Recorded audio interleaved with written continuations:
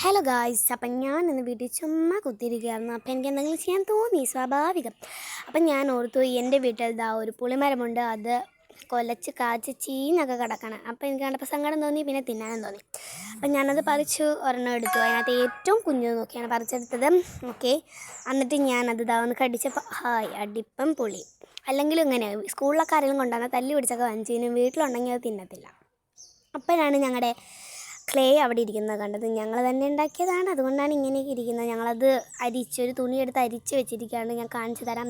ഇതാണ് സംഭവം. ഭയങ്കര ഹാർഡാണ്. കുറച്ച് വെള്ളമൊക്കെ ചേർത്തെടുത്താൽ സോഫ്റ്റായിട്ടൊക്കെ കിട്ടും, സ്വാഭാവികമാണ് അതൊക്കെ.